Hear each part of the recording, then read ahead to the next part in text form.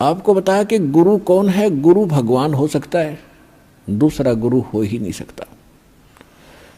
क्योंकि गुरु सारी सतगुरु कहो, गुरु कहो, सतगुरु इसलिए कहना पड़ गया कि नकली गुरु बने होंगे, नहीं तो गुरु शब्द पर्याप्त है।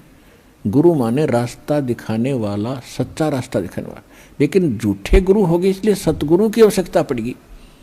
तो सतगुरु कहो और उसको गुरु कहो, परमात्मा ही आते हैं और वो ही गुरु हो सकते हैं, और गुरु है ही नहीं। बाकी तो गुरु सभी आपको बता दिया।